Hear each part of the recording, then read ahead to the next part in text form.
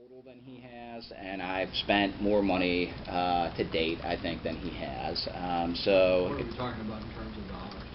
I think we've raised, close to a couple $1 million or more, and I think he similarly has raised about the same.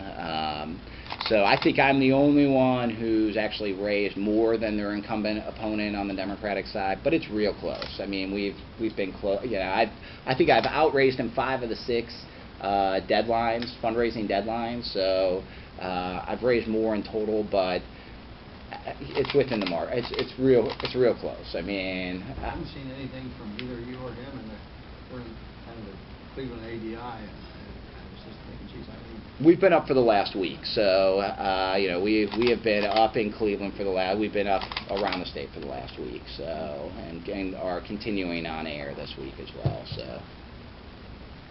Which controlling board meeting did you get the coffee thing from? I haven't. Kelly can provide it to you. I wasn't on controlling board, if that was the question, but yeah, we've got the data for you. But you do have a contract somewhere. Well, we have the actual contract with the Hilton for the $7 coffee. Talking about the JobsOhio, if you do find something, if you do have the authority to check and look at it, doesn't it go back to saying, what do you do with it once you have that information? Is it something where you don't have authority to do anything except call attention to it, correct? Right. No, again, I think the auditor really is this, and it's one of the reasons why I was drawn to this office.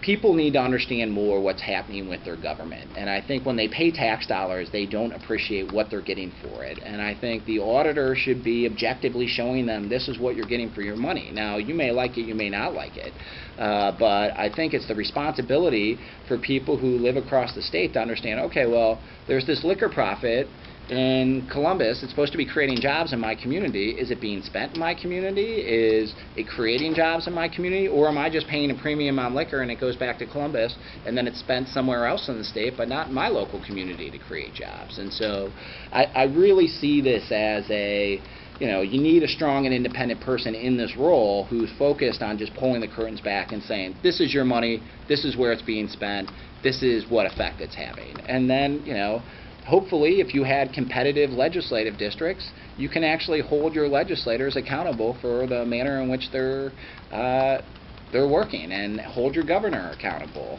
Because ultimately, that's the responsibility of the public, is to hold us elected officials accountable. And again, I understand you don't have really any authority on this, but in JobsOhio and where the money's being spent, we're southeastern Ohio, which traditionally, obviously, is a poor area of the state. And off the top of my head, I don't know of any JobsOhio money coming our way.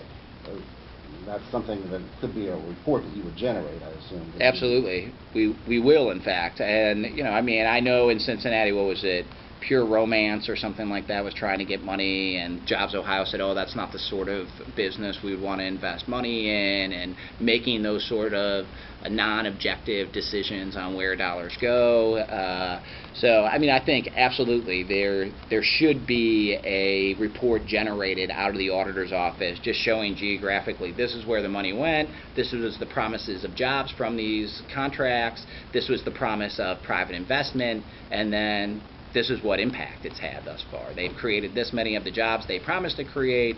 They've come up with this private investment, or they haven't come up with this private investment, and then ultimately hold them accountable. Because if you're putting your hand out saying, taxpayers, help me out, give me a tax abatement, give me money to help my business run, and I promise I'm going to give you something else in exchange, any good contract attorney would say, okay, well, we need to hold them accountable for the promises they've made. We can't just give them a handout and then not get anything back in return.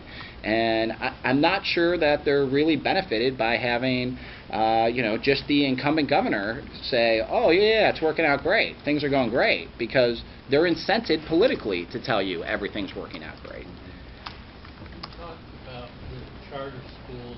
I'm thinking about the public schools and the auditors' role of oversight of, fiscal emergency, fiscal management.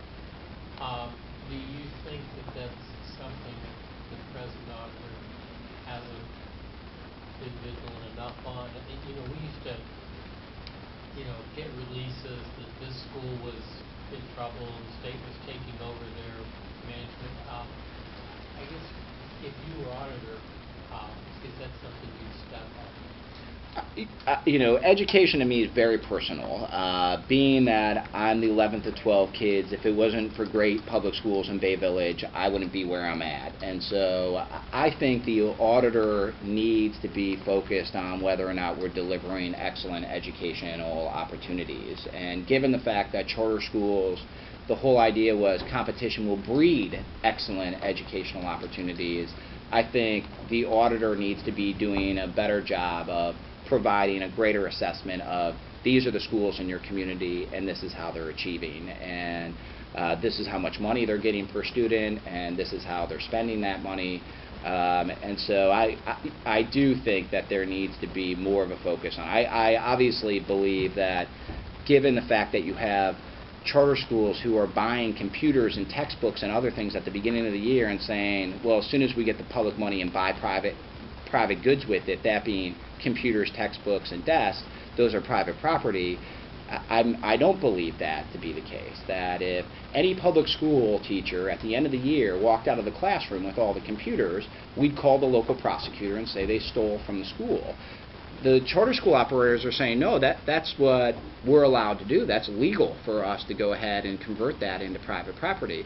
I completely disagree, and I don't think the taxpayers intend for them to be able to convert public property into private property. It's one thing to say the wages that I receive from the school are now private. It's another thing to say the actual instrumentalities of the classroom have become private property. When you are a public charter school, it's public property. And so, you know, the fact that David Brennan's in court right now trying to argue that everything he's purchased with public money is somehow private property and trying to make it akin to wages going into people's pockets it's a red herring of an argument. I mean, any good lawyer would say, what are you talking about? You're a public charter school, you purchased instrumentalities of the classroom for the school. That means they belong to the school. They don't belong to you personally. The wages are something entirely different. Wages and benefits that go to the teachers or the folks running the school. Okay, well, yeah, that it has now been, you've rendered a service, and as part of rendering the service, as consideration, you got money for that service, but the computers and the desks and the textbooks weren't consideration for the services you were providing. They were necessary instrumentalities to run the school itself. And so, you know, I think the auditor should be demonstrating that as well. Certainly if we continue to have charter school operators who are trying to convert public property into private property, I plan to bring attention to that. And I think it's an important thing for the public to understand. So are you opposed to charter schools in general? I'm not. I think there are some good charter schools out there. So how do you differentiate? How, as auditor, would you differentiate between the good ones and the bad ones? You objectively measure them. I mean, I think what that... measurements would you use? Well, I think you need to demonstrate what the academic attainment rate of the children in the classrooms are. What we're hearing more and more from teachers who are teaching at these schools is there are no... If you're in a traditional public school, to teach math, you have to have the credentials to teach math. In a charter school in the state, we're saying that's not necessary. And in fact, I'm talking to teachers at some of these charter schools who, when they interviewed, they said, I can teach English, I don't teach math, and then they're there for a month and they're like, you need to teach math, and they say, well, when I interviewed, I told you I can't teach math, I'm not credentialed to do that, and they've been told, shut up and teach math. And so I think that, again, the public needs to understand, well, we've got credential requirements in traditional public schools that are not being enforced in charter schools. And so your math teacher in a traditional public school is required to have appropriate credentialing to teach math. In this charter school, they're not requiring that. And so, you know, I do think that those unequal measurements as far as what the requirements are similarly need to be demonstrated to the public. You have a publicly elected school board, you don't have a publicly elected school board.